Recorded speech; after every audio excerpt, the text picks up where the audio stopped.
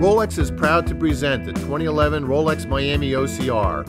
This International Sailing Federation event is one of 7 worldwide regattas featuring the 10 Olympic classes. The Miami edition is the first of the year and is run by U.S. Sailing and event chair Gary Bodie. Anticipation is always running high the morning of the first race. 716 sailors from 53 countries, including 197 Americans, are here to compete. The next Olympics is scheduled in Weymouth, England in the summer of 2012. It's a blustery gray day here in Miami, but it's a lot warmer here than any place else in the United States right now. The wind is out of the northeast at 12 to 20 knots. Americans brother and sister Zach and Paige Raley open with strong finishes in their respective classes. Competing against 40 boats, 2008 Olympic silver medalist Zach Raley was second in race 2. Jill Scott of Great Britain won both races today. 3-time gold medalist Ben Ainsley is back out on the race course for the first time in 2 years. Paige Raley, former Rolex ISAF Female Sailor of the Year, won her first race convincingly, but was disqualified in race 2 for a rules infraction. Under the rules, you're allowed to throw out your worst race. Paige is okay, but she can't afford another mistake. Our featured class today is the Speedy 49ers. These are 4.9 meters long, and they're fast. This boat debuted in the 2000 Olympic Games in Sydney. All right! Both sailors extend over the side from a trapeze. Top contenders, Paul Brotherton from Great Britain with his crew Mark Asquith, have been racing these boats for 14 years. Former college All-American Eric Stork, with another All-American Trevor Moore crewing, had a respectable first day. They work hard to get off the line. The key to success, they say, is good communication.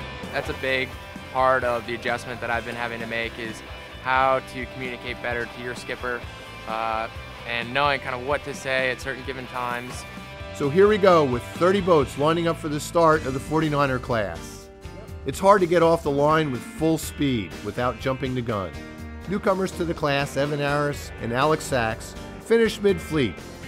After 3 energetic races that take about 20 minutes each, the British finished with an impressive 1-3-2 finish. Clearly, experience pays. When I was 30, I wasn't really in the right place to perform at my best when the pressure was on. I think being a little bit older, that's helped me. Doing a little bit more work in the gym, happier I suppose, and just enjoying the sailing. Stork and Moore did well with a 5-4-4. Consistency is the name of the game. Believe it or not, we weren't super happy with our boat speed upwind.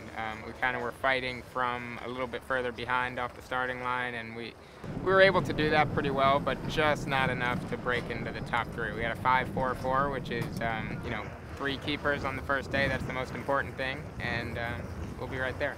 The 470s women's class was dominated by 2 French teams. Ingrid Pelageon and crew Nadege Duro lead. Americans Ann Hagar and Brianna Provencia stand in 5th place. Over in the men's 470 division, Great Britain had the top 2 finishers. There are 9 Americans in this 42-boat class. USA's Stu McNay and Graham Beal stand 9th. Even though this pair have been practicing for 3 years now, a slip-up. Graham Beal goes over the side, approaching the windward mark. Stu helps him back on board. Tomorrow we feature the Star class, with U.S. sailing team Alpha Graphics' Mark Mendelblatt, Andrew Campbell, Tim Horton, and George Szabo. The question, can they defeat 5-time Olympic medalist Torben Grail from Brazil? We'll find out tomorrow. The winds are forecasted to be 15 to 20 knots. From Miami, I'm Gary Jobson. Check back frequently for additional reports.